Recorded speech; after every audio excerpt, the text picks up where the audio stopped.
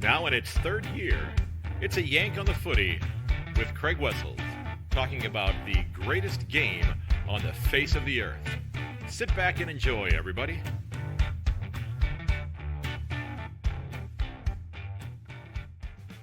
Hello, everyone, and welcome to episode 193 of A Yank on the Footy. I'm Craig Wessels, coming to you from Sandusky, Ohio, and thanks for giving the episode a listen.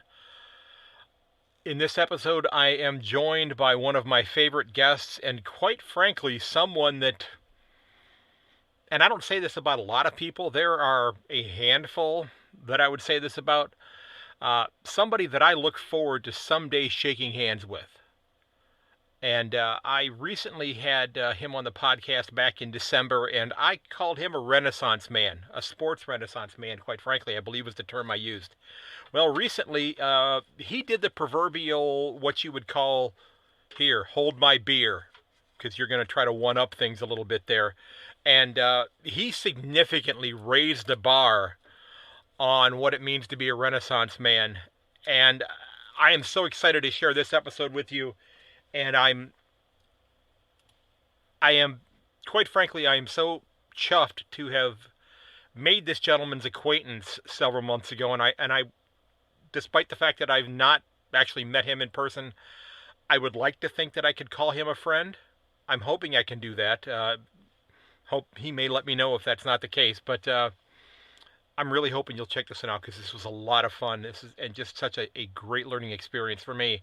Now, folks, don't forget that if you are interested in getting your local footy club getting a shout out, be sure to reach out to me by email or on one of my socials. Send me a message over there. You can do that.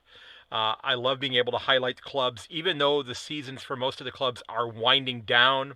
You know, I do continue during the off season trying to do interviews on a weekly basis with different people involved with the game in some aspect or another. So I still love giving shout outs to the clubs. So by all means, if you have a club that you would like to have featured, shoot me a note, and you can find all of my socials over there on my website at yankonthefooty.com, and that would be a huge boost to the show. And like I said, I love being able to give shout outs to learn a little bit about the geography of the game as well. And folks, also, if you've not listened to episode 186 of the show, I do hope you'll go back and check that one out. As I'd mentioned there, we are working on a little project here in my neck of the woods, trying to make somebody's 80th birthday as memorable as possible, with birthday cards from all over the world. This is my mom, for those of you who haven't listened. And hopefully people will drop a card in the mail, as along with a little note that says, or a picture of something that brings them joy or makes them happy, or a little story. That would be great. Okay, the information for the mailing of that is in my show notes as well. So hopefully you'll consider doing that. Now, today's club of the episode is sponsored by MickAussie.tv, and MickAussie.tv is run by Kim Harrison, or as we call him here in North America, Mick Aussie. He spent the last couple decades running his sports comedy channel, talking about the AFL, of course, as well as the Canadian Football League, the NBA, and other sports as well. He is based out of Edmonton, Canada now. Every week he also appears on Sports Grid TV, and he was a great footy player of his own right back in South Australia, as well as in the Northern Territory for a period of time as well. And the club of the episode are the Railways Panthers Football Club from Kalgoorlie in WA. And Kalgoorlie is located almost 600 kilometers from Perth at the end of the Great Eastern Highway. So I had to look that one up. And the club's been in existence for 122 years. It's been around since 1900, and they play in the Goldfields Football League. And as somebody who's a fan of club logos and the imagery and that sort of thing, because as many of you know, I'm trying to cover my desk in my classroom with as many footy stickers from different clubs around the world as possible. They have a very menacing looking panther on their club logo. So hopefully I'll figure out how to go about getting a sticker from them. That's a really nice one there. And this weekend, the Panthers, they do face off against Boulder City in a huge matchup. And I wish the Panthers absolutely the best of luck going into this weekend's contest. And folks, let's jump into my chat with Michael Gallus. And I think you're really going to enjoy this. It was a tremendous learning experience for me because I had really no idea what he was doing and how he ended up where he happens to be right now. And I'm just so impressed by this gentleman, and it's I hope you'll give this a listen, and I do hope that you'll share it because it is just a fascinating tale in terms of what he's doing right now. All right, ladies and gentlemen, my guest is not a stranger to the podcast. He was a guest during episode 116 back in December of 2021. It doesn't seem like it was that long ago, but it was. I called him a Renaissance man in that episode, and based upon what I've watched him doing from afar over the last 7 months, I think I was right about that. He's an educator. He oversees a nonprofit organization, Footies for All. He is a coach, and I'm gonna go ahead and say it. He's one of my favorite guests that I have had on the podcast, and I've had lots of them. And he's in probably my top 3, I would say. I won't say where. I don't want to commit to that, but I am absolutely thrilled to spend a little bit more time this evening with Michael Gallus, and I actually have our time correct this time. Michael, welcome back, sir. Thanks for coming back on. It's a pleasure. It's always a pleasure talking to you, and thank you for giving people an opportunity to tell their stories and broadcast live around America. I haven't got to America yet, as you know, Craig, but I'm looking forward to the day to step into your recording closet and give you a big hug. That day's going to happen one day, I tell you. Well, I don't know if there's enough room in the closet actually to do that, but certainly in the living room at the front of my house, we could certainly do that. But we might just have to kind of poke our heads in here to look. And like the Wizard of Oz, pay no attention to what's going on behind the curtain because it's an absolute mess behind it right now. Because I have 2 kids. One is an officer in the military and one is in college 9 hours away. So every year that ends or every move that gets made, boxes and stuff that come home, and we'll sort through that later. So there are piles of boxes in the room behind me here in all sorts of different areas of disarray. So the last time you and I talked back in December of last year, you were in Melbourne with your family. You're not there now. Where are you at this moment in time? This is almost like the Where's Waldo thing. Or, where in the world is Carmen Sandiego? Where in the world is Michael Gallus? First of all, let's establish where you are, sir. Well, literally, I've made it to the middle of nowhere in outback WA. On Nookumba, that's it, Nookumba Cattle Station. We're 450 k's southeast of Broome. And for those of you that know Australia, Broome's in the top southwest, top northwest of Australia. And it's a 5.5-hour drive from Broome. And then you turn right at the green box and you travel an hour down a dirt road. And that's literally, and the dirt road is one of the toughest dirt roads you'll go down either. And then you turn up at this Nookumba Cattle Station, 22,000 cows, Craig.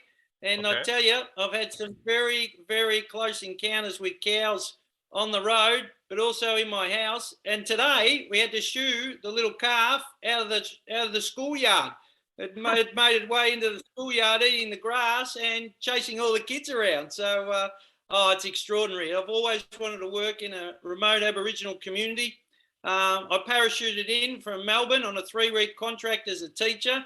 As I arrived, I met the principal and vice principal on the way out, and they let me know that I was going in as the acting principal. And unless I went in as the acting principal, the school would shut and these Aboriginal kids wouldn't have an opportunity to go for a school for a while. So couldn't say no to that, could I, Craig? And again, amazing supportive family with my wife Amanda and kids Tommy, Lily and Benjamin back in Melbourne. They understand that the impact that I make wherever I go and are fully supportive of coming out here. And, we do so much work with Aboriginal kids in remote areas with sport.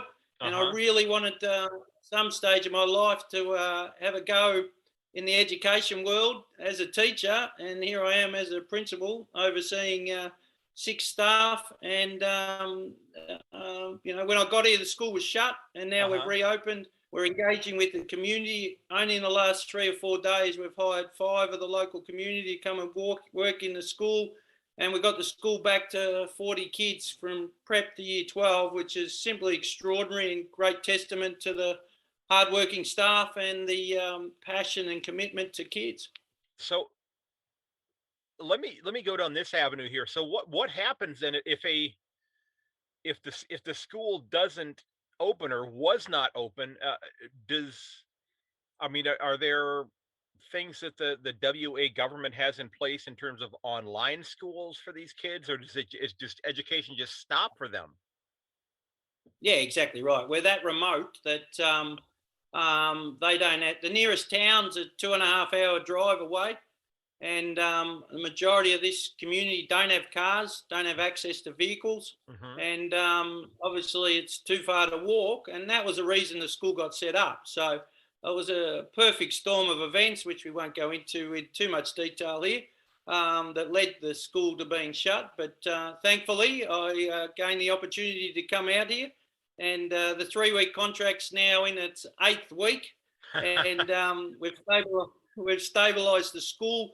We've hired 1 new staff member. As I said, we've hired many, many people from the community. We've established respect back with the community. And we had a big breakfast with the community yesterday. And we had mums and dads, grandparents, aunties and uncles come to the school and tell us how they used to go to the school. We even had one lady had no kids at the school, but was so excited to hear that the school was welcoming the community. She turned up and was so happy to have a bacon and egg sandwich and have a chat to us. And that's what it's about. That's what it's about out here, establishing connections. And again, this is Aboriginal land that every Australian is on. This is this community here. It's not my school. It's not the education department schools. It's the Aboriginal people's school. So it's just been appalling that they haven't felt welcome at their own school. And every single teacher has worked so hard to re-establish that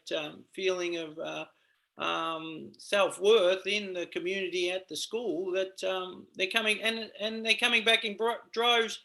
And guess how I did it, Craig? By becoming assistant coach of the Nookumba women's Blues footy team. So that first day I was here, I went out there, dirt field, as we've discussed. They use bare feet.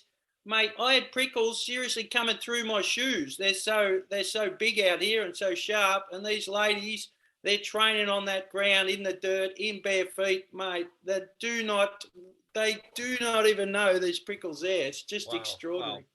So since the school is operated by the community, and you said that it sounds like the WA government does not have a lot of connection to it. I mean, is there any? Oh, they do. Okay, I was gonna say, is there any? They do. Go ahead. No, go. I was gonna say, is there any effort that's put forth where the let's say the education, it would be education ministry? Is that what it would be there? They work at trying to recruit teachers to come to the cattle station to work at the school for a year or two or whatever the case may be? Yeah, for sure. They provide a lot of funding for the school, and they've been fantastic in relation to that funding. But we're a private Aboriginal school run by the community and funded through community as well, support. You got to remember, we are literally in the middle of nowhere. Have a look at Nookumba cattle station. You'll see, like, we're 1 hour down a dirt road in the middle of nowhere, literally. And I've only been here 8 weeks. Oh, sorry, what am I up to? 5 weeks. And it's tough. It's tough. There's no shops. There's no Bunnings, there's no Kmart, there's no movies, there's no Uber Eats, there's no KFC. Everything that you are used to is out the door. Plus, you are in 100% Aboriginal community. Every kid at the school is an Aboriginal student. Majority of the parents, grandparents have lived here their whole lives. I've been lucky enough to talk to the stockman that worked on the station 50 years ago, and the first school here was in a cattle shed. Like, it's just extraordinary to have that ability to be on the ground in an Aboriginal community and to gain the knowledge from their culture by chatting to them. It's just extraordinary to be here, Craig. And they've made me feel so welcome. They're so welcoming. Yeah. They're so welcoming. Well, just in having spoken to you a few times and trading messages online, I think it's safe, and this is not a shot at the people that you're visiting with right now, but I think anywhere you go, you're going to feel welcomed. I mean, I think that's I think that's the case right there. Whether it's you stepping into this closet here someday or not, but it's just. So when was the last time that the school had even been? Well, you said that the outgoing principal was leaving. So how long had they been there? How long had they been there before they were leaving? Or is that something that you're throwing somebody under the bus here with this one? No, only 2 weeks, and I've got a co-principal here with me, one of the senior teachers. She was the last woman standing, literally, and we became the third principal in 4 weeks. So wow. The last principal only lasted 3 weeks, and the principal before that only 2.5 terms. 1.5 terms. So, as I said, you're in the middle of nowhere. It's brutal conditions. You've got to have the ability to be mentally tough and strong, and also, but the most important thing, like anywhere that you're going in a remote area, is to establish relations and trust with the local community. And sadly, that hadn't, for what, a lot of different reasons, hadn't been happening. So, it was a positive change. We're at this stage because we've just re-established that connection with the community, and they feel welcome at the school. And if we can bring back the community to working into the school, of course they're going to bring the kids back, and then the kids are going to bring their friends back, and their friends are going to bring their friends, and before you know it, we've got a full school again, and kids are getting educated. The other challenge out here, Craig, is we are teaching English at school. They're learning, they speak 3 different Aboriginal dialects at home. So, what a challenge. What a challenge that at school we are teaching them English, and yet they're not practicing it when they get home, because the majority of the time they're speaking in their Aboriginal dialects. It's just extraordinary. And again, that shows how smart and intelligent these kids are. They're learning 4 languages at once. Well, I've had that discussion with, I've had, in my years of teaching, I've had a number of students who have come from other parts of the world. I've had students from Pakistan, who I believe spoke Urdu, if I'm not mistaken. That's right. Yep. Yeah, and I've had students from the Palestinian territories. I've had kids that lived in different countries in Europe and South America, China, Vietnam. And I've tried to to instill in the kids who have grown up in the community where I teach. I said, think about this. If your parents said to you, hey, just got a really great job offer, and we're moving to Tokyo, and you're going to be going to school at this high school where everything is done in Japanese. Think about think about how that would work in your world. So, I mean, these kids who are trying to, master content but they're also having to do it while learning and mastering an entire second language, which, I will say, that's one thing that a lot of other places around the world do pretty well is introducing second languages. I'm going to go ahead and throw the U.S. under the bus here for a moment. We have this tendency here of being, we're Americans, learn to speak English. That's kind of how our mindset is that way in a lot of cases, but it's that's not everybody, but there are a lot of folks that think that way. but these kids have gone through, an awful lot. I mean, I've had a couple students over the last few years who, while they're going through school, have also gone through the process of becoming American citizens. Yeah. So, I mean, that's a pretty detailed process there as well. So, I actually, the last two students, uh, I purchased I had a flag flown over the United States Capitol in Yeah. Washington in tribute, in honor of them becoming a citizen, and presented that to them at our graduation, Oh, and that's something that I did on my own. It wasn't like, hey, let's go raise some money. I spent the $40 and whatever to have that flag done, but it's just, my way of, kind of, paying tribute to them and all the hard work that they've put forth. But yeah, yeah. what you're doing is fascinating. Now, have you told your wife and kids to start packing things up because they're moving to the cattle station yet, or Funny you should say that, Craig. Funny you should say that, but no, it's pretty. Like I said, it's pretty brutal. It's pretty rough. It's pretty hot, dusty, dirty.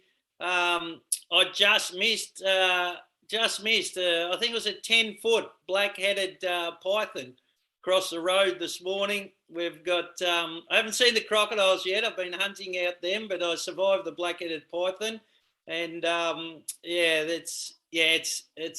it's not for everyone. And again, my amazing family support me and being able to do all these crazy, bizarre things where you make such an impact in relation to community. And it's something one day, hopefully, they'll come with me. And again, wherever you go in these adventures, you make lifelong connections and lifelong friends. And it's just extraordinary to be able to be a part of an Aboriginal community and to be made to feel so welcome. And you'll love this. Again, another part of these kids getting back to school. I run a sports session with them every morning from 7:45 a.m. to 8:30. We're blessed to have a huge undercover basketball court next door to the dirt footy oval.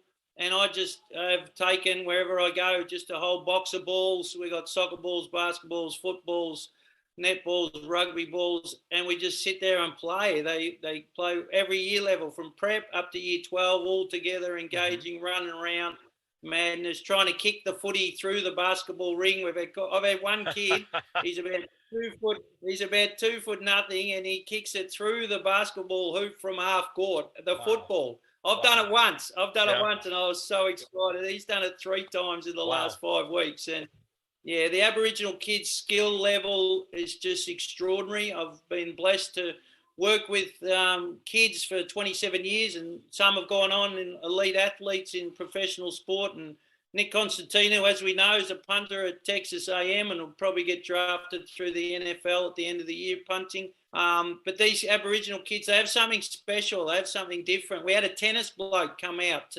this week. These kids have never seen a tennis racket, tennis ball. They picked it up that quick within a couple of minutes. And within, 5 minutes, we could identify if they were given opportunities and encouragement and the equipment.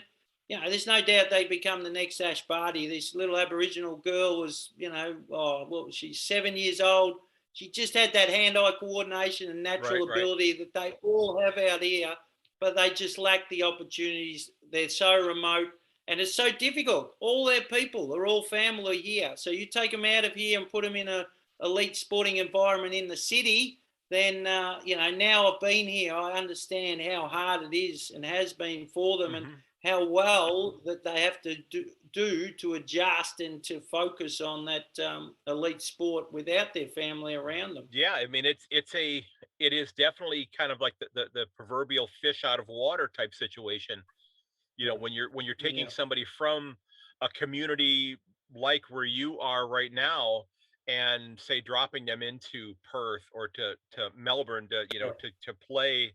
At the if they get the opportunity to play at the VFL level, or to play, at the level as they're hoping to grow into that, like an academy team or something of that nature, it has to be difficult. And let me just jump in here, Craig. You're not going to believe it. I got introduced by the chairman of the community to the men's football team, and he said, "I would like to point out one player that we have in our team, Zephaniah Skinner." And I go, "You are kidding me." Played at the Bulldogs. about 4 years ago, and here he was with me at Nookumba. He lives in Nookumba. His mum runs the church. I go to church every Sunday up here, and she's the pastor. And there it is. So you can see that given opportunities that any of these kids across any of these remote areas can play the elite level at any sport. And you know, the great thing, Craig, I've learned coming out here about Aboriginal kids and people is their joy. Like, again, I've coached kids from all over the world, and along with Fiji kids, they find the humour and the enjoyment in the sport. You know, the kids of other kids, city kids, yes, they enjoy winning and they enjoy it, but they don't laugh. They don't, sort of get around each other when someone makes a mistake and have a good old hearty laugh and smiles and joy. A little more high pressure, if you will. You know, yeah, exactly right. Yeah. You're exactly right. That's the difference, that they're here to enjoy the sport, and that's something you don't get in the city with city kids that I've seen. Yeah, I'm fascinated. But like I said, I'm fascinated, and I will post both of I'm going to put your Instagram page and the Footies for All one on there. And if you're not following Michael or Footies for All on Instagram, you should, because I actually pulled up some of your pictures last evening. My mom and my cousin and her wife, we were at dinner at an area that is it's right on the lake here where I live, and we were watching and I'm going to hold the picture up here. We took that last night, and I'm holding the picture up so he could see it on the camera on the computer, and I'm saying, well, I'm scrolling through my Instagram page trying to find you on there, and I'm like, well, yeah, and here's these pictures that you had taken. I'm showing them the ones that you had taken along the coastline. I said, yeah, somebody posted these. I said, these are pretty comparable. So it's the area that you're visiting, just it looks starkly beautiful, if you will, because as you said, it's not a tourist area per se. No, you're right. Yeah, it's almost something that let me ask you this: in your mind, is it something that you think that somebody who has spent their life living in downtown Sydney or Melbourne or Adelaide or Brisbane, do you think that they should take that hour-long car ride down that dirt road, that bumpy road, where they have to pull out their mouthpiece that they use when they play junior footy to make sure they don't crack a tooth as they're bouncing down that? Is it something that you think that everybody should experience, or at least see what it's like there? Oh, 100%. The sunsets, I've seen sunsets all over the world. It's just extraordinary. The what you were talking about at Cable Beach, I was sending photos back to Melbourne, and people were seriously saying that's a photo of a painting when it was the sunset. And the wildlife, it's just extraordinary. Like, we had we had a little bullerman in the playground today. Last week we had a brolga that was in there trying to peck the kids. So we had to, it was like Hansel and Gretel. We had to put little bits of bread along so to eat the bread, and all the way to the school gate, and then we had to shut the school gate so the brolga would go outside. Is that one of those really big birds? Yeah, with a big beak, really big beak. Okay, I walked around. Yeah, wow. I think I've seen. It's the one that almost looks like a human, if I'm not mistaken, doesn't it? In some ways, is that one of those really big? Yeah, okay. That's right. Okay. Yeah. And the wildlife, when you're driving along, you get flocks of birds, and they're going one way and they're brown. They flip across, and they're fluorescent green going across. Or the as I said, the black-headed python. There's crocodiles up here. I can't wait. I've been told there's one type that doesn't eat people, so I'm looking forward to finding them. So if you don't see me again, people, I found the type that eats you. Well, yeah, I was gonna say, let's not try to find the other kind there. Okay, it's bring along the oldest, most sickly member of the cattle community that you have there, and just say, You just stay right here. I'm going to walk back to the ute and get in this and go back. Okay. You stay here. Uh, No, you're so right. You're right. And yes. kangaroos, mate, as you can see, I got my kangaroo top on, mate. It's just there's kangaroos everywhere, all shapes and sizes. And we have them. Well, this morning my bin got knocked over and there was rubbish everywhere. And I look out, yeah, there's 2 horses. We just had a couple of horses come into town looking for some food and went through the old bin and you just never. And the eagles, the amazing hawks and eagles that fly around out here. And they leave you alone. They're just after the food scraps that the kids, in Melbourne, right. It's the seagulls and the pigeons. Up here, you got these massive eagles coming down to eat the food scraps off the ground. I've heard, we have what is called the bald eagle here, which is kind of the national bird here. But I've heard that some of the eagles in Australia are significantly larger than the bald eagle. And we look at the bald eagle as being a very large bird. But it's, so, looking at your time there, what is it that has surprised you the most during your couple of months that you've been there? Yeah, good question. As always, Craig, you're the number one podcaster in America due to your insightful questions, mate. It's always a pleasure speaking to you. I don't know about that, but Thank you for sharing that. It's a fact, mate. I talk to lots of people all around the world for the last 2 decades, and people that listen would certainly agree, mate. And again, appreciate the opportunity to tell my story and for you to broadcast stories such as mine around America and across the world in relation to people doing inspiring things, and anyone can do it. You just got to get out there and have a crack and do it. And I think really it's the resilience. Here's a story for you. I was nearly crying today because an Aboriginal lady approached me to work at the school. And to work at the school, like everywhere, you've got to get working with children's checks, so you're okay to obviously to work with kids. Right. And I said, yeah, we'd love to have you in the. She's the team manager of the Nookumba Blues women's footy team, which I assist and coach. They won their last 2 premierships, and again, amazing group of individual young ladies, all Aboriginal ladies. And I said, yeah, we'd love to have you in the school. You'd be great with the kids. She goes, well, I can't get the working with children because I don't have my birth certificate. I've lost it, and I never got one when I was born. And I said, well, how do we get it? She goes, well, I think you ring the clerk of courts up in Derby. And I said, okay. So I rang this amazing lady. She said, look, normally you come and then I check if she's got a birth certificate. So we don't even know if she had one. Right, because I would think that since places are so remote, there are probably many instances where somebody does not have a birth certificate. One was never created. Yeah, that's correct. So this lovely lady at the clerk of court's like 3.5 hour drive, mind you, to go and visit in Derby from where we're at. She checked, and excitingly, this lady had one on file. So we tracked up there today, and we got up there, and we got the birth certificate done. And here's the flow on effect. Because we got the birth certificate done, she could renew her license. Because she could renew her license, she could get the working with children's check. Because she got the working with children's check, she could work with the school. 2 days ago, she asked me to write a reference for a house.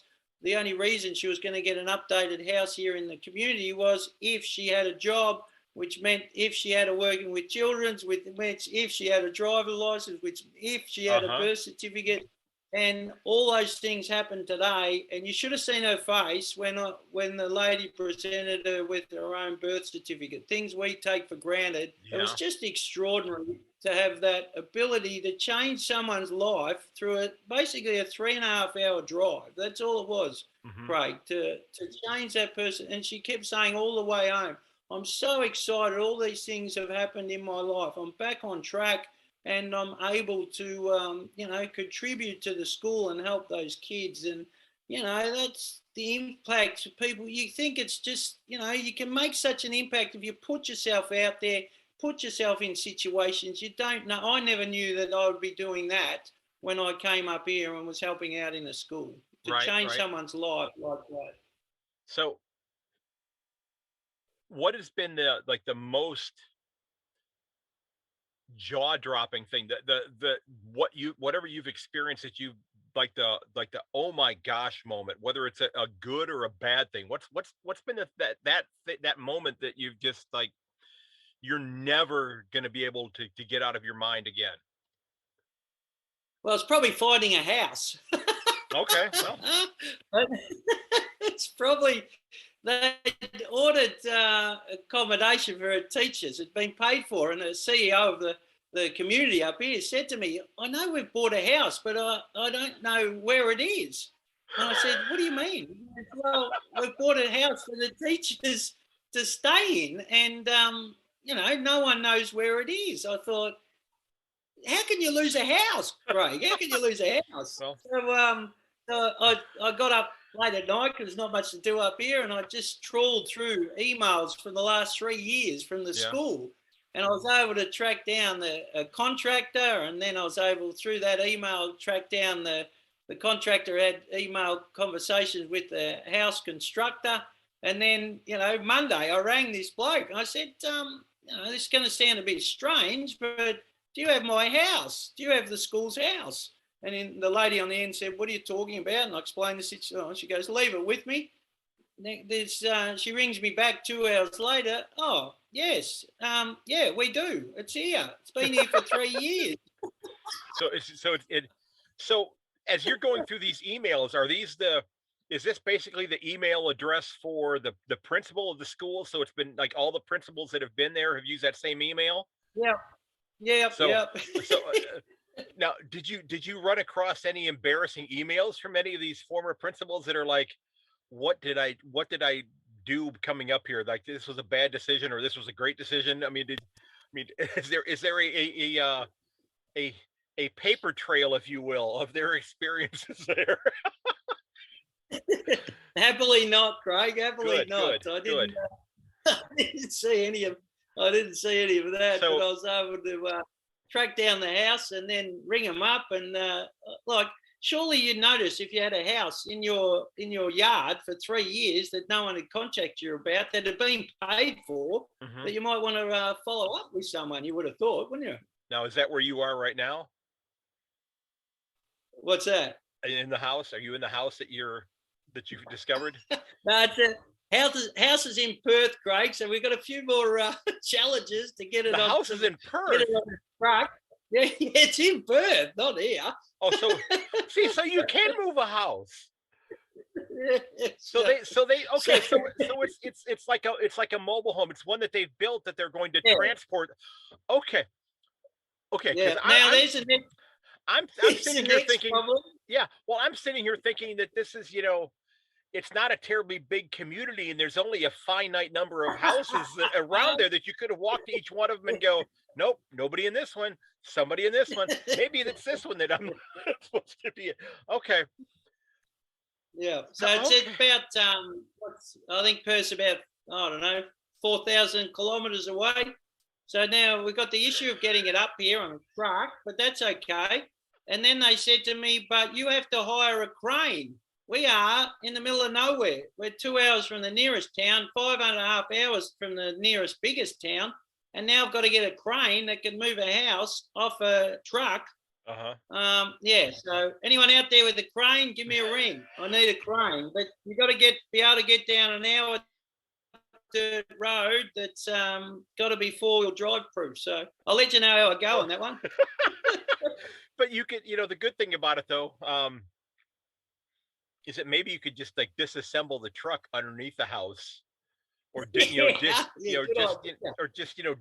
hole, maybe that could be a school project. You do an archaeology project with the kids and dig a big enough hole that the back end of the truck could just drive into that and just say, you know what, this is the sacrifices you're going to make. You're going to leave this here, save on petrol driving back to Perth. You only take the cab back to the truck. And we'll just go ahead and bury this underneath it then. We'll call I think it might be easier. It might be easier trying to find a crane and then trying to get a crane down here. I tell you, Craig, it's going to be a good one. But it's all about solving problems and the adventure. And there's never a dull moment in the outback. Yeah, that is. Wow, because I was completely I was just thinking that it maybe, you know, that they wrote down the wrong address or something. Not that they had it in, you know, darn near in another time. I mean, it's the same time zone, but you know, certainly in a different postal code than where you happen to be right now. So are you? Yeah, the other side, other end of Australia, literally. So Yeah. so that's yeah. Every day there's something challenging, and again, Because you're in the outback, so it's about problem solving. And resilience, and that's what the Aboriginal people. And this lady that I got the birth certificate for, I said it's all about resilience, and you know, hats off to extraordinary Aboriginal people around Australia in remote communities and cities that right. for what they've had to put up with in life since white settlers have got here, and yet never to give up and to always continue to be positive and find joy. It's just extraordinary. And she didn't know what resilience meant. She said, "What does resilience mean?" Because I said, you're so resilient that, you know, that we've had to jump through all these hoops just to get a job.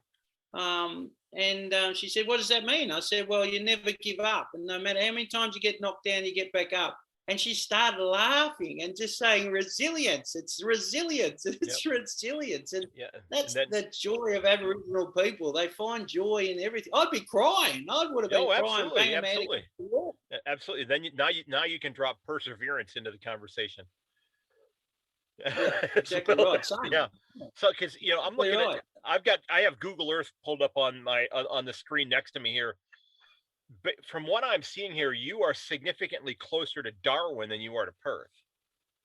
Yeah, true. Yeah, that's true. Yeah, you're a lot closer to Darwin. Now, I have no idea if you could actually, you know, drive to Darwin from where you are, but might take a while, a few bumpy roads, but you know, I think you could maybe get there. But yeah, it is. You're right. You are in. I don't. Middle of nowhere. Well, see, I don't know if I would use that term. You are in a maybe sparsely populated would be better, because it is somewhere to people. It is somewhere to a lot of people. So it's not nowhere to a lot of people. It's certainly somewhere to them. Yeah. So it's you know, it's a outback. A remotely populated somewhere. Yes. Yeah, or something along those lines. So it's been really interesting to see what you've been dealing with there. So how much longer are you going to be there? Have you signed on for the rest of it? No, just short term, because you probably, your listeners and yourself will understand this craziness. Yeah, I'd committed before I got this gig to go back to Pakistan for a 4-week coaching gig to get the male and female team ready for the Asian Cup in Thailand, Bangkok, in October 22nd. So I've got to go back home and reunite with the family before travelling across to Pakistan for 4 weeks. And just had a meeting with the CEO up here at Nukumar, and he said, hopefully you survive over there in Pakistan, which I said yes, of course. I have complete trust in the AFL Pakistan and the situation there. And then he's hoping that I'll come back for a 4 to 5 week stint at the end of the year to help them in relation to employing more staff. Most staff here on 1-year contracts, so we need to start again next year and get another 6 or 7 teachers to keep the school running. So and extraordinary, Craig, another reason I extended. I only had a 3-week contract here, and I've obviously extended that for this 5-week contract. I'm taking 10 of these kids. It's so extraordinary. After everything else that I've done up here and had the opportunity to be involved with, we're taking 10 kids, driving them to Broome, and then catching a flight from Broome to Perth for a city camp. And they are, like most of them, never been out of their community, never less been on a plane, never less been to a big city. Right, and you know what they're so excited about? They're so excited about going to the zoo, going to the aquarium, and going on a train, apart from, of course, they love their football. So we have got the derby between Freo and West Coast Eagles at Optus Stadium. 80,000. They're going to be like this the whole time, because the noise, they're just yeah, it's just going to be that. This is one of the greatest moments of my life, to be able to do this with these kids and then go to a footy event, as you know what the footy's like with the derbies, and to see, you know, them experience all those things. It's teaching is the greatest job in the world. It's just extraordinary, as you know, and this is an event that I don't think I'll ever beat in relation to school and education, that's for sure. That are most of these teachers that come in on these 1-year contracts, are they newly minted teachers? Are they fresh out of university who are getting their first teaching experience? Yeah, good question again, Craig. It's why you're number one in the podcasting world, mate. Half.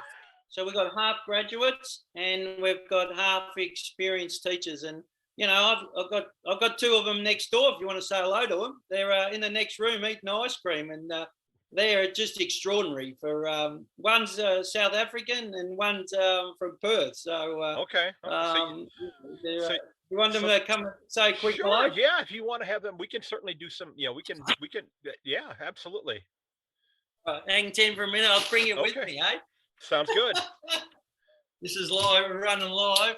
Ladies, you'd be happy to have a chat to America, wouldn't you? Here we go. I'm in trouble because I haven't had time to do their hair and makeup.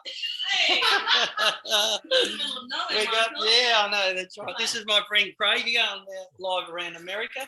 Hello there. This is Danny. And this is Fran. He was just asking me if I had experienced teachers or graduate teachers, and I said I had a bit of both, and I've got two of them out here at the moment. If you want to say hello, so away you go, Craig. Well, you know, this is I've been a teacher for 29 years myself, so it's what compelled you to make, because this is a huge jump for somebody to come from. Now, one of you is from Perth and one of you is from South Africa, correct? Mm-hmm. Okay, so what? I'm originally from the Philippines. Yeah. Oh, you're from the Philippines. From the Philippines. Okay. Well, I visited the Philippines a couple of times when I was in the U.S. Navy back in the 1980s. Of course we did. Yeah, well, yeah. So it's what different gave you life out there. Well, yeah, but what gave you the courage to commit to doing something like this? Because it is definitely a culture shift for both of you. Yeah. Gonna go first, Ron? This is my first year of teaching, so yes, it was a big jump. But I think a big part of it was because of COVID.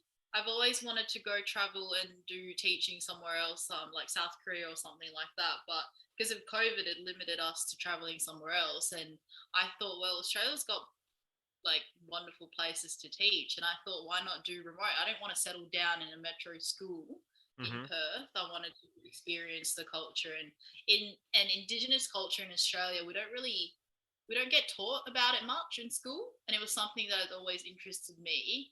So I thought it was a great experience, and you always hear that it's such a rewarding job, and it actually is. Yeah, it is. It's I wouldn't have. It's a good place to be. Terrific. So you things have gone well this year so far. You're happy with your decision. No.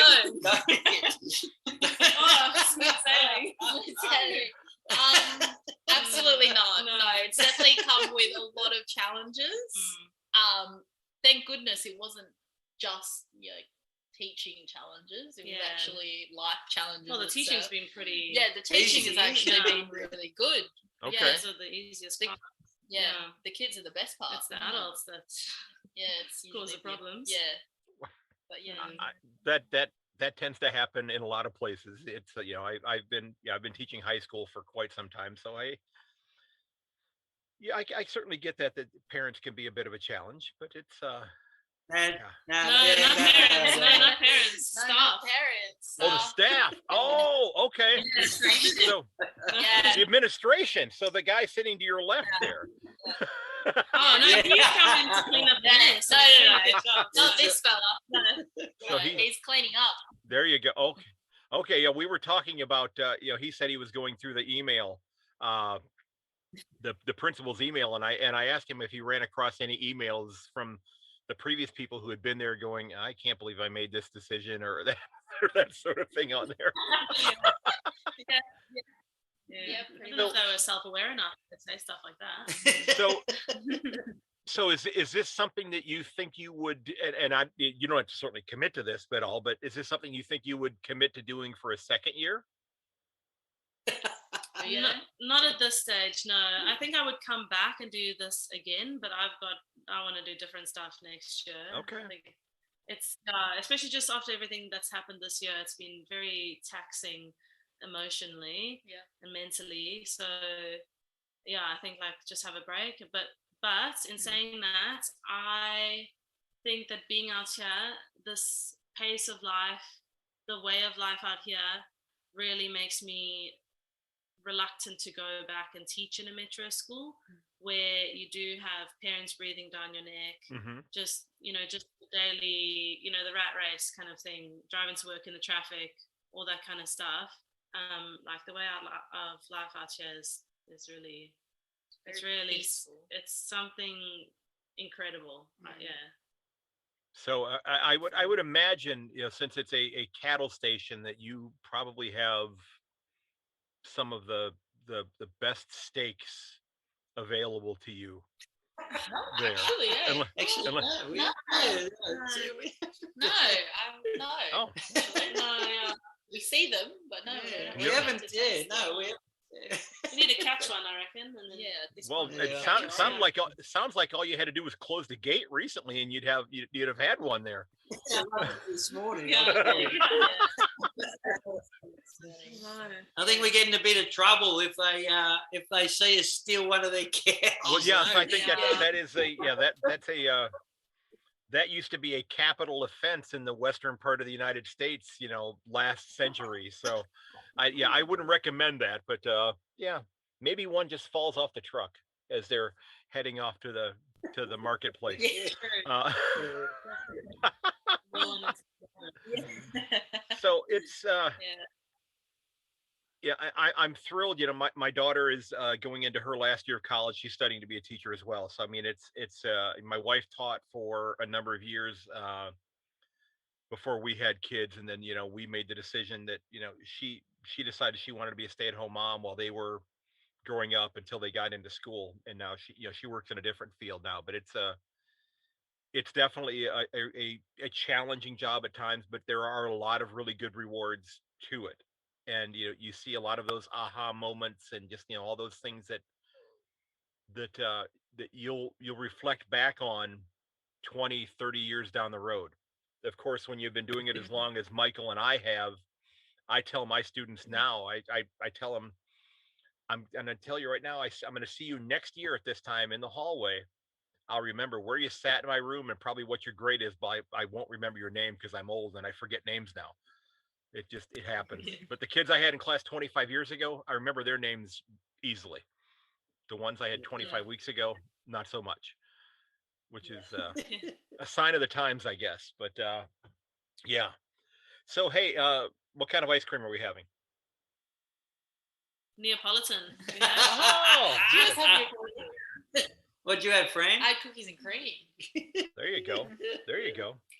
That was for dinner, Craig. That was your dinner, Michael. That was dinner, mate. That was dinner.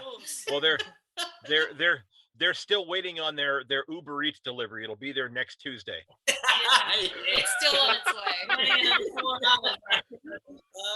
Still waiting. It's gonna be a while. Yeah, it's gonna be a while. Okay, well, Michael, I wanted to, ladies, thanks for hopping on here real quick. I have a great rest of your school year. We start back up here in about a month here in the U.S. So I want to talk to him a little bit more about Pakistan and where he's headed off here shortly. But have a great rest of the year, and I hope your careers go fantastically well. Thank you so much. Nice to meet you. Yeah, You bet. Great to meet you too. Bye. See ya. All right, thanks, ladies. Thanks. Good to see you. We'll eat more ice cream another day. Yeah, I know. We'll see what happens tomorrow, eh? No, thanks, ladies. Safe travels home.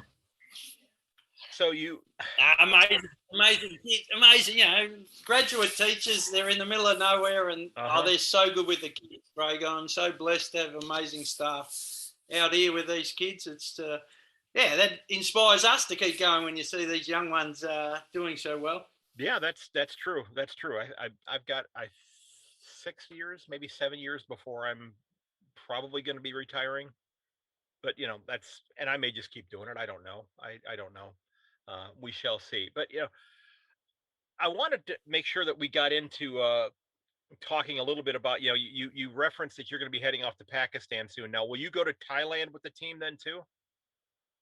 Yeah, that's right. So we'll go fly into Islamabad first, and then we're going to bring together about 100 of the best players, male and female, from across the country. Run a training camp. I'll select the top 30, and then I'll train those 30. And I mean, the other part of this is training the coaches, obviously.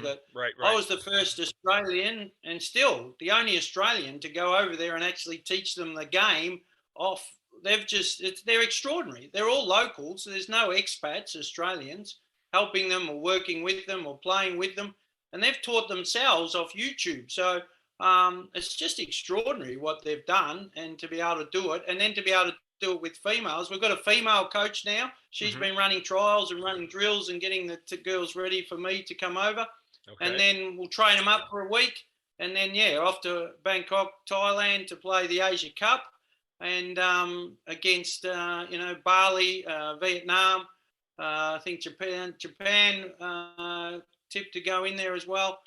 Indonesia, and just extraordinary to have that opportunity to put. And they're so, the plan is to meet the Prime Minister of President of Pakistan and explain what we're doing, and it's just it's extraordinary, and I can't wait to get over there. Over there. And I wanted to bring that up because, and I'm not exactly, you posted the pictures of about a week or two ago, but when you were back home in Melbourne for a short period of time, maybe pick up some clean socks or something of that nature and reintroduce yourself to your kids, but you found yourself at the Victorian Parliament building with a group of people who I think they were Pakistani expats living in Australia, if I'm not mistaken. So what was going on with that? And again, if you're interested in this, folks, I will put the links to his Instagram page so you can see these photos, because it's just some really cool images there. What was going on at the Parliament building that day? Yeah, multicultural celebration for the Muslim Eid festival. And it was I used to do what you're doing on the Pakistani TV program called A1 TV, which used to go live into, broadcast into Pakistan and get to interview people exactly what you're doing. And in that, there was state members of parliament, Victorian state members of parliament. I got a meeting with Steve McGee. He used to play, you wouldn't believe it, he used to play VFL for Brunswick, and he played with one of my very good friends as well. And I said, we need to, I'm not sure if you're aware of this, but the American Football League, AFL style, they've just announced a sponsorship deal with the Tasmanian government.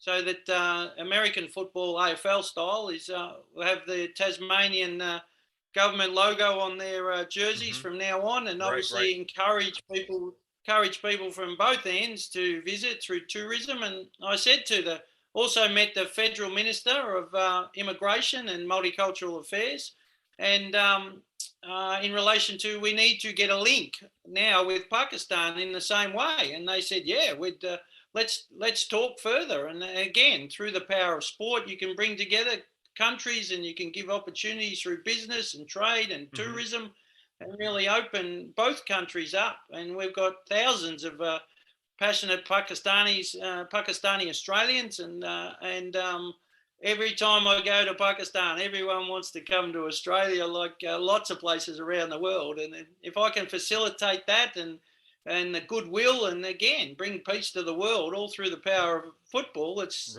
just extraordinary, isn't it? Yeah, it's very interesting. And like I said, it was just I was just fascinating. It was just like another one of those aspects of the stuff that you do that I just was fascinated by, to see that you're kind of, out there on the pointy end of this, trying to make this sort of thing happen. And it's yeah, it's almost where I want to just ask you jokingly, what do you do in your spare time? Uh, Well, funny you should ask that. I'm up at 5 a.m. tomorrow morning helping the shop unload. A truck comes in once a week to load up the shop for the community. So I'm giving them a hand to unload, because they've been hit by staff shortages through COVID and everything else, like everyone else. So I don't think I have any spare time, to be honest, Craig. Well, I appreciate you, being able to sit down this evening, and I guess I have to, and I should have asked you this before. Am I precluding you from having ice cream tonight? Am I keeping? Well, that's probably a good thing. The kangaroo will get bigger and bigger if I keep eating it. So yeah. Well, usually when I go to Pakistan, I put on about 3 or 4 kgs, because the food's just unbelievable. Yeah. Okay. That's what's been the, and I don't know anything about Pakistani cuisine. What's the thing that you have there that you just go, okay, I'll have just one more of these, or one more serving of whatever this is? Yeah, Pakistani omelets. It's they just fill it with all different spices, and it's just the flavors, the smell, the color, the texture. Yeah, I cannot wait to get back there. That's the first thing I'll be having once I land. Okay. Now, you mentioned on there that, and I saw this is kind of interesting, that your son got the chance to meet just recently, a legend in Australian sport, Kathy Freeman. I think she won the silver medal in the Atlanta Games. What, 96? Gold medal. She won the goldens. Okay. I thought I read the shit was silver. Okay, so she was a gold medalist then. Okay. Sorry about that, Kathy. So, and I'm sure you've talked to him since then. What was that experience like for him? Yeah, extraordinary. And Aboriginal too, Craig. That's the other. It's just extraordinary. I'm up here at a tiny Aboriginal school in an Aboriginal community, and my son there is at school at Penley and Essen Grammar School, where I used to work. And hello to all the teachers and students that are still there, and still some of my students are still going through year 10 and above when I was teaching there. They opened that a brand new, gym, double basketball court, everything else.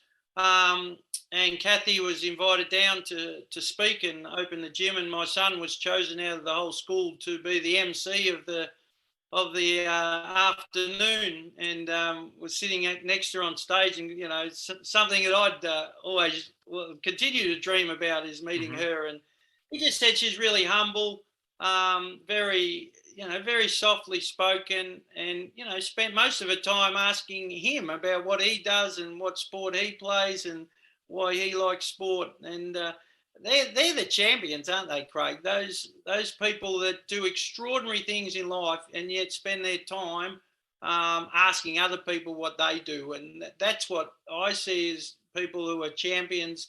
You don't have to win a gold medal. You just got to get out there and do something for someone else and make someone else, feel special, and, work to do something to change their lives and provide some hope.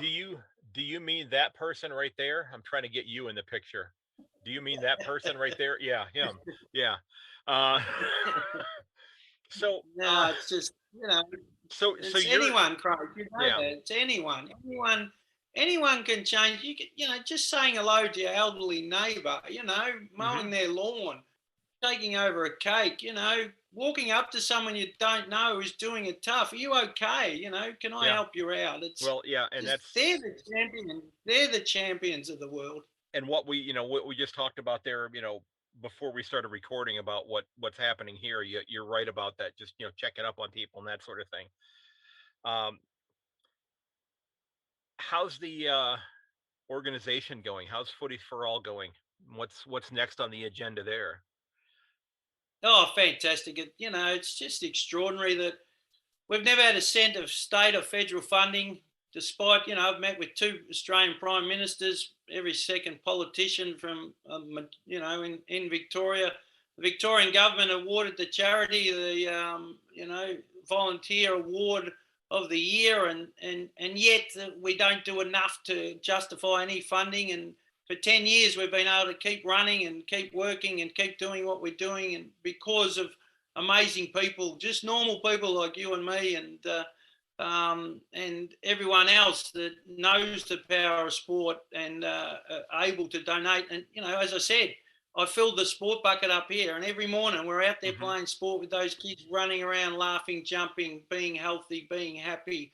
And we've got a really amazing lady, Tony Bresnahan, just came on board from the Bresnahan Footprint Foundation and asked me, what can I do to help you? And she's setting up a website for us. She's been able to secure private funding so that we can. I've got a trip planned for Queensland whenever I can get a chance to stop and work with the Fijian group up there. And we've got balls sitting at home ready to go. And Wonga Barravila and Island Breeze Rugby Plus, and we're going to run some rugby clinics for Aboriginal communities in outback Queensland when I get a chance to stop. And is there a school up there that's looking? Well. Is there a school up in that part of the country that's looking for an interim principal for a few months as well?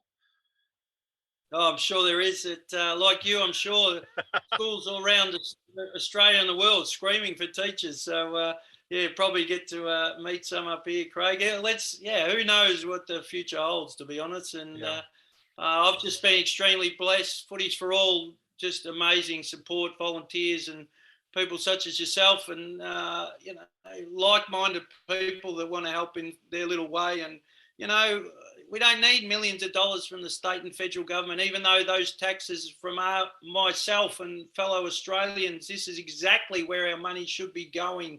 And I'm living it right now. I'm seeing the impact in community of these kids playing sport, and this is where the money needs to be gone, not wasting billions on cancelling French submarine deals and wasting money in Victoria on building roads and not building roads. And it's just, and it happens all over the world, doesn't it, Craig? These good programs, this is where the money needs to go. It's our money, it's not their money. So it agrees me that they get to choose what is more worthy than the others when, we know, and I'm living it, I'm proving.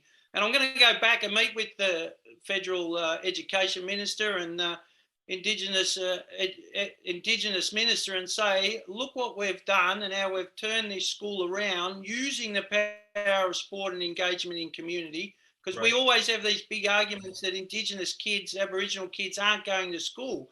Well, they're not going to school because you're not doing the right thing and making their community feel welcome. It's as simple as that. Mm-hmm. So you have to, and I think in a way you have to also figure out how to, maybe at the universities where students are training to become teachers, to one, show the need of educators in these communities, but then also, there may need to be an incentivization for somebody to make the decision to go there for a year or two to become part of that community. And I think you would probably say it's not for everybody. This is not, as you've seen, there's been a lot of turnover in that position that you're in right now. It's not something that everybody's going to be able to, that their psyche is going to allow them to do that. But for the right person or the right people, it could be extraordinarily rewarding for both them and for the students. Oh, 100%. You learn 100%. You're learning more about yourself and the students and their families and communities and Aboriginal culture than they're learning from you, 100%. And and even though it does take a special person to stick it out in these remote areas, but you never know until you give it a go too. And there's no, as you know, Craig, there's no shame in failure. What is failure? Okay, so you've had a crack, it didn't work, and it was pretty tough. Hats off for having a crack. That's what I say. You've got to have a crack. Never be as scared to fail in anything, because look, if I really thought about this and really thought about coaching AFL in Pakistan, there's no way you'd go. There's no way in the world you would go. And yet, these have been this will be, along with coaching AFL in Pakistan and the greatest adventure of my life in relation to education and sport. Yeah, well, it's funny you mentioned that, the dealing with the failure thing. And I don't know if this line, and I'm probably going to butcher the quote, but are you familiar with the name Thomas Edison? Yeah. Okay, the guy that invented the light bulb, a lot of other things. Well, Thomas Edison was born about 10 miles from where I'm sitting right now. He's right down, the high school there in that town is called Edison High School. But I remember reading something about him, where they talked about him, well, he'd tried all these different ways to create the light bulb, and they said, how did you keep doing with that, with that failure? He said, well, I learned 2,000 ways not how to invent a light bulb, and the one way that finally did work. Yeah. So 100%. Before we wrap up, because it's getting to be a little after 9 your time, and I know you've got an early morning tomorrow, we can't not talk about your Blues before we wrap up here. Okay. Now, I'm not going to bring up I'm not going to bring up the game from round 18. I'm not going to mention the Cats and Blues game. I won't. I did. I'm sorry. But 4 rounds left. They're in a pretty good spot. I mean, they're in the top 6 right now. I think they're sitting I'm sorry, they're 7th right now. They've dropped down to 7th. Yeah. But they're sitting 2 games clear of the club that's in the 8th spot there. So it's looking good for them, but they've got a tough run home. They've got the Crows this week, and then they finish up with the Lions, the D's, and the Magpies.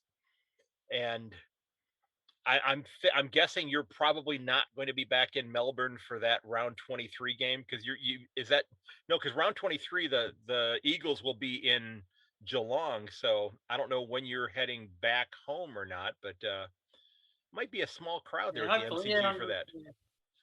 Yeah, I think there'll be a few there, but as you know, in education and sport, to be the best, you got to beat the best. So if we want to play finals, then we've got to step up and have a crack. And as you said, we've set up. We haven't played finals for well, it's been that long, I can't remember. And when we did, since I've been following the game.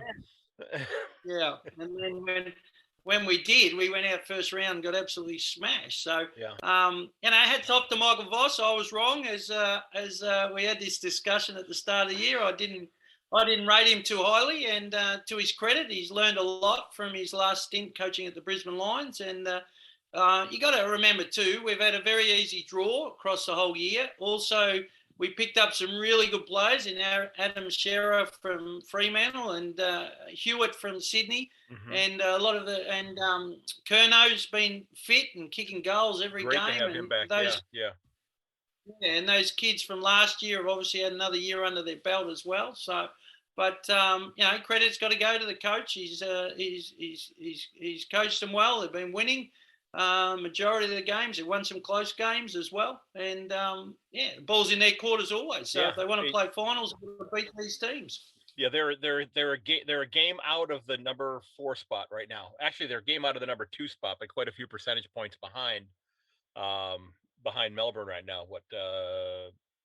13, almost, a little over 13 percentage points behind. So that may be too tough to overcome. But who are you? If you had to look at it right now, and I'm not sure how much opportunity you've actually had to look at the ladder with what you've got going on there. I mean, the ladder you're probably looking at is the one that you're standing up next to an electrical pole trying to find your house. But if you had to say today, who do you think's playing in the grand final right now? Who do you think's cool? Yeah. That's a tough one. I mean, it kills me to say it too, but I like Collingwood. Craig McCraig, their coach. I worked with him at the Brisbane Lions when I was doing recruiting, and got a lot of respect for him and the way that he approaches the game and the way that he manages players and creates that relationship, similar to Chris Fagan at Brisbane's done the same thing. So, right. But also the Cats. The Cats are looking really strong with Cameron and Hawkins upfield, and got some good young kids that have developed, and again, a strong midfield. So I'm putting 4 in. I'm going to go Melbourne too. Don't underestimate Melbourne. They showed last year when the finals came, they brought their A game. So I'm going for 4 teams in the grand final: Melbourne, Cats, Collingwood, and Brisbane Lions. That's okay. That's okay. That's certainly okay. I'm going for a 25% sit on each side of the fence there, and I think the Blues are they'll have a crack, but you got to lose one to win one. Yeah, and I think they should be getting Pitnet back here before the season wraps up, which I think is going to be a huge help to them. That's 100%. He's been a huge loss. Yeah. Now tell me, Craig. I mean, you're a watcher of footy and a lover of footy. How can a professional organisation have one recognised ruckman on their list of, what are we up to, 38 players? Like TDK is a forward. He's not a ruckman. And yet, the mid-season draft, we picked up 2 midfielders. Seriously, Carlton. Seriously, how can we only have one recognised ruckman who gets injured, like all ruckmen do, and there's no one else? Seriously, Craig, who are we running these multi-million-dollar sporting organisations? You have to remind yourself of the fact that I'm a Cats supporter, and since I've been following the game, people have argued the Cats have not had a single ruckman on their list. Which Reece Stanley has some great games. Now he hurt his knee last week, so he's going to be out for probably the rest of the home and away season. But yeah. So where can people find? I know that you said the website is up and is in the works of getting back up right now, but where can people find Footies for All? Where can they reach out to you if they want to help out? Yeah, just Instagram, Footies, FOOTYS, the number 4 ALL, and you, great man, will post a link through so you can find us on Insta. We've got fans from all over the world. It's not just about AFL football. It's about providing hope and sporting opportunities to kids, people, anyone that wants to get involved. And that's a great thing about the organisation. Totally volunteer. Not 1 cent has ever gone to anyone apart from the balls. So there's not too many organisations that can go volunteer for 10 years, give out over 25,000 new balls and sporting clinics and opportunities of hope to people all around Australia and across the world. And we value anyone that wants to help out and get involved and do anything that they can in their area. As you know, I've sent balls all over the world, to all parts of the world. Right. We're happy to support anyone, anywhere we can. Facebook, Instagram, Twitter, get involved and, send me a message, send me your photos and, let's get more kids playing sport. Fantastic. Simple as that. Not rocket science. But you know what? Maybe it could lead to rocket science someday.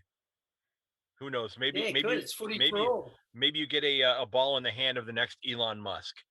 Well, you never know, do you? You never know. Craig? Yeah. You never know. Well, folks, my guest today has been one of my favorites, as I'd mentioned before, Michael Gallus. And Michael, thanks for taking time out of your evening, sir. I truly, truly appreciate it, man. This is it's a joy to talk to you. And again, you're I think I closed it out the last time. I'll have to go back and listen again. But your positivity, your chronic smile that you have is just infectious. I mean, and please, if check out his Instagram page, give him a follow on both of them. You're going to see what I mean there. It's just, I'm not sure if you've ever had a bad day before, because you certainly can't tell it by the imagery that you put out there. Okay. I don't think that it's happened, but Michael, thanks for coming on today. Every again, day. Man. I appreciate it. No, my pleasure. Every day you're breathing, Craig's a good day, mate. There's no bad days when you're above ground. And secret to long life, Craig, is just to keep breathing. There you go. All right. Well, cheers, Michael. Thanks so much, man. All right. And a huge thank you to Michael for taking time out of his schedule. I know he's busy. He is every which way with what he's doing right now and getting ready to head off to another significant aspect of his life as well very soon. I do strongly encourage you to follow his Instagram pages for both his personal one and for Footies for All. I've got links for both of those in the show notes. The pictures that he has shared over on Instagram have been fascinating. It's just been, for me, for somebody who's never been to Australia, and quite frankly, I'm going to guess that much of the Australian population has never visited a location like the cattle station where he happens to be right now. It's just, each picture tells such an interesting story of what life is like there, and how people are succeeding and thriving there. So it's just absolutely fascinating to see that. So Michael, good on you, sir. Now, also, folks, if you can help out Footies for All, please reach out to Michael on Instagram, send him a message, and he'll get you set up with how you can go about helping to get more sports gear into the hands of kids all over Australia as well as around the world. And I do encourage you to go back and listen to the episode that we did back in December. I put a link to that in the show notes as well. Just truly fascinating. And like I said, if you haven't listened to that one, maybe you should have listened to that one, or I should have suggested you listen to that one before you get to this one. But hopefully, if nothing else, this one will have encouraged you to go back to that one, all right? So, folks, remember, you can find everything related to the podcast over at my website, yankonthefooty.com. You can get on the mailing list over there. You can leave a review. Again, if you love the show, that's really a great way to be able to help it out, is leave a review over on Apple or Spotify that I can then share out on social media. Well, you can leave a review right on the website as well. And it lets me tell other people what listeners think of the show, which will hopefully continue to get the club or to get the show growing. If you want to help out the show financially, you can do that with the Buy Me a Coffee button in the bottom left-hand corner, or my store page there as well. You can leave me a voicemail. If you have a great story, or if you are somebody who's very much involved in the game, and this is where your help is going to be greatly appreciated now. As the season's getting ready to wind down, of course, we're going to have the women's comp gearing up here in the next couple of weeks, and I'm going to start working on some stuff regarding the women's game as well here very soon. It's just hectic time for me with the start of the school year coming up, so I don't want to shortchange it, but it's going to almost feel like I'm doing that. I'm always looking, like I said, for great ideas for shows. So if you know somebody who's maybe a former player, or you have a fantastic story, like Damien Buttigieg, who I had on last year, or, you know, any of the number of players that I've had on in the past, I truly would appreciate it if you would pass along that information to me, or pass it along to those individuals so they can reach out to me on my socials as well. And you can find links for all of my social media over on my website. Up at the top, there's links on those, yankonthefooty@gmail.com. I'm on Twitter at @yank_on, a Yank on the Footy podcast on Facebook. I'm on Instagram as well. I'm on LinkedIn, so I'm all over the map there. All right, so folks, ladies and gentlemen, I do want to wrap this up. Look out for each other. Check up on your friends. It's been a troubling year for lots of us. You know, we've had, you know, many people who we have lost. I know this past week, the world lost someone that Australia has shared with the world for decades, in Olivia Newton-John. Just a terrific singer, great, wonderful voice, you know, fun performer. You know, most of us remember her from Grease. I didn't do the Xanadu thing, nor did I own any leg warmers, but she certainly was a dynamic performer, and she will be sorely missed. But folks, check up on your friends, make sure they're okay. If you need to get in touch with somebody and you don't have those numbers, I do have those in the show notes as well. And folks, I do continue to thank you for the kind words. I love when you share your thoughts with me and let me know what you think about the show. What could I do better? What do you like? If you've got suggestions, you certainly could reach out and do that. And ladies and gentlemen, as always, may your dribble kick never hit that post. I will catch you later.